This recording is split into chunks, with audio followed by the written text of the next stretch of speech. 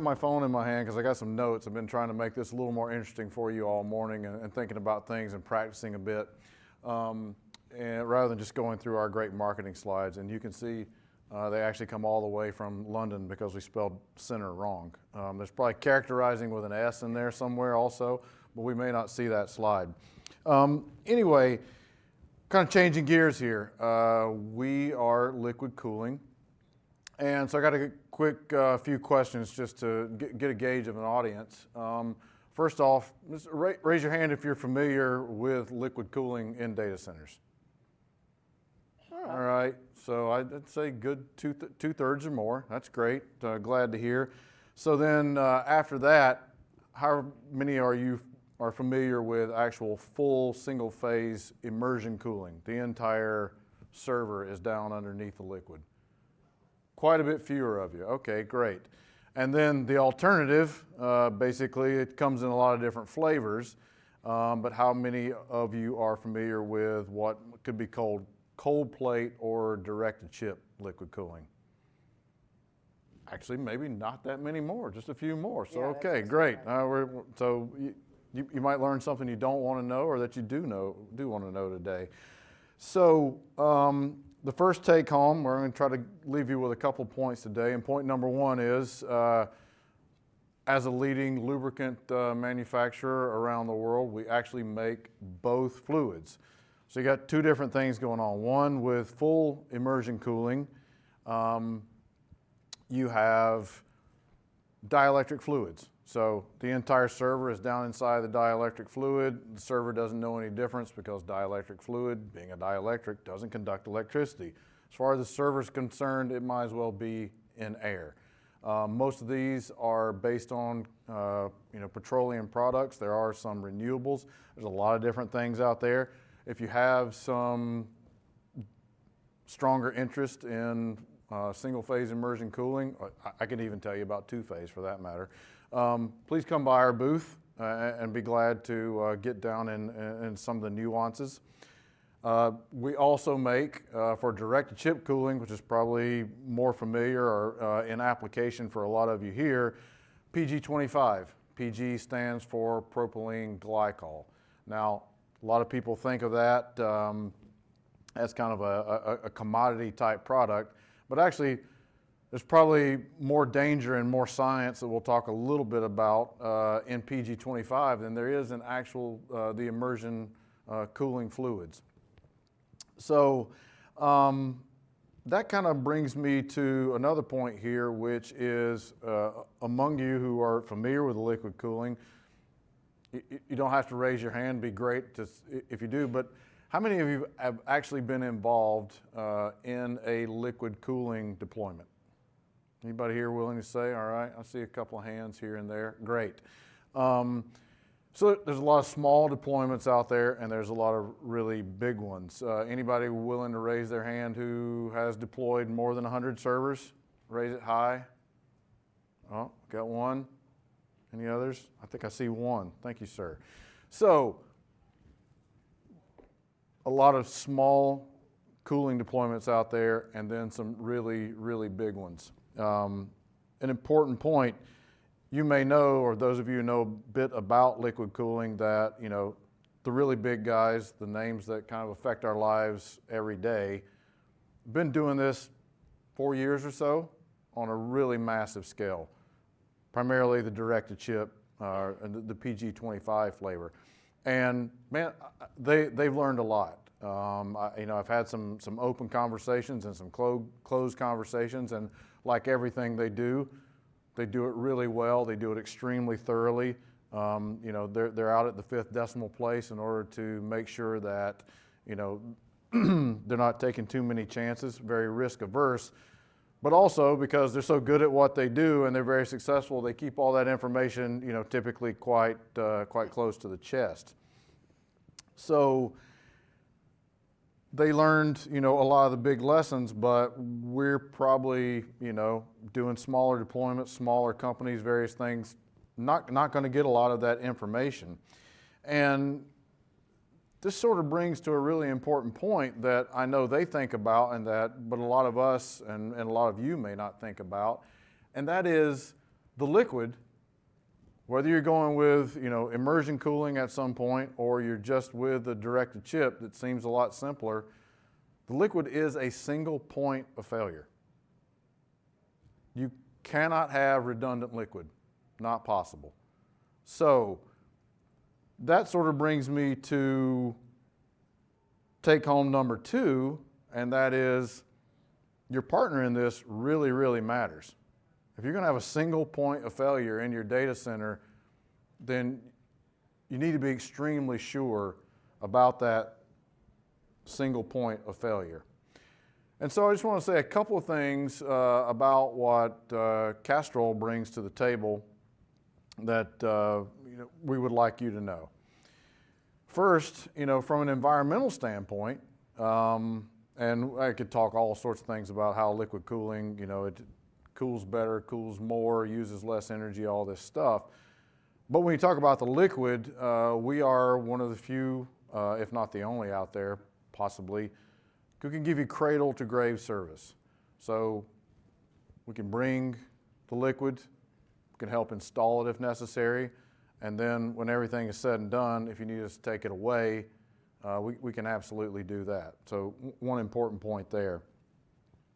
Second is along the lines of technical partnership for the actual management of the fluid. And this is where I want to talk a little bit more in depth about the propylene glycol 25, PG25, or whatever you might choose to use.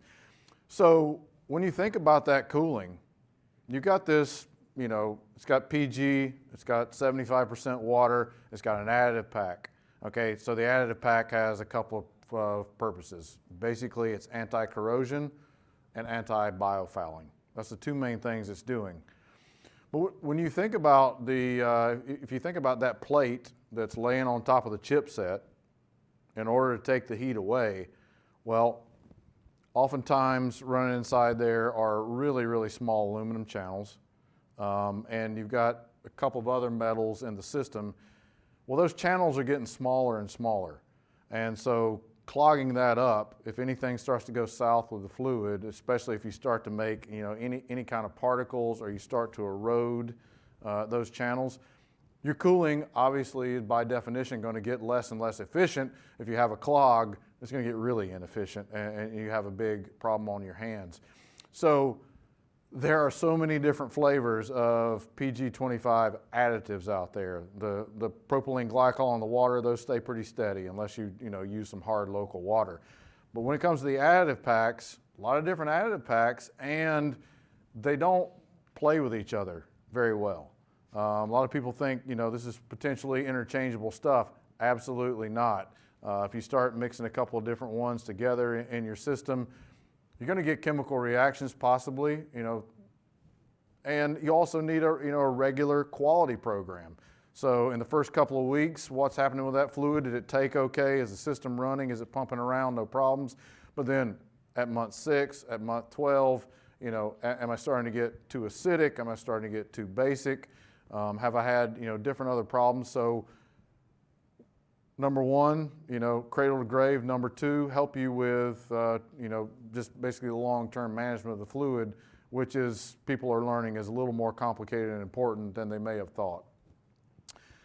Next is continuous testing. So issues are coming up all the time, and we are actively working with server manufacturers and equipment manufacturers all to keep ahead of whatever problems might come with the liquid cooling.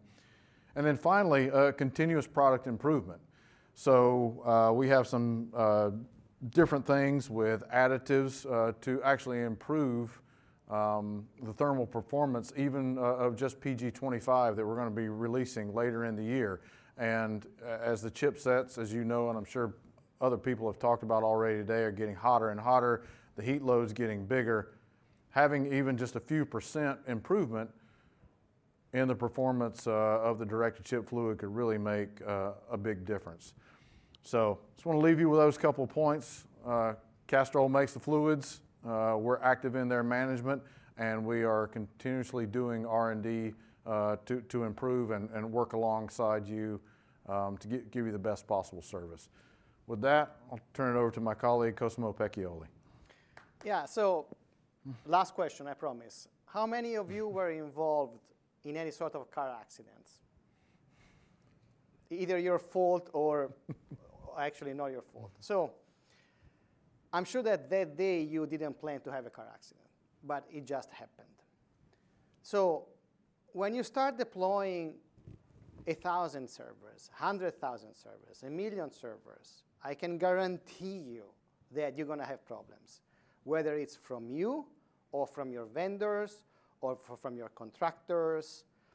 So imagine having a car accident in 1910 and having a car accident in 2025. In 1910, you didn't have AAA. You didn't have car insurance. You didn't have tow trucks, body shops, a distributed spare parts network to fix your car. In liquid cooling, we are in 1910 for cars. So we are at the beginning of a new technology. And it's true that we have a lot of more tools to help us predict what it might happen. We have digital twins, we have all these kinds of things. But for the most part, those tools have not been really validated with experience in this specific technology. So you understand how important it is that you select your partners that can actually walk with you through the problems that you inevitably gonna have, what we are gonna have together, because we are not perfect either. So if you select a partner that has a global presence, that has been around for a while, that can guarantee you that when we drop the ball, we actually own it. And we will do whatever it takes to actually solve the problem. When you drop the ball, we will be next to you to find the best possible solution. And the other aspect that is very important, and that the people is reluctant, it's information sharing. And I understand that this is a business where we think that every company is unique, every company is smarter than the other company, that we do all exceptional stuff, and we don't want to share anything.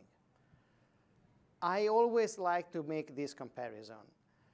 In the defense industry, people have been designing very secretive and proprietary stuff for years with consortium of companies, and those information stayed very close to their chest.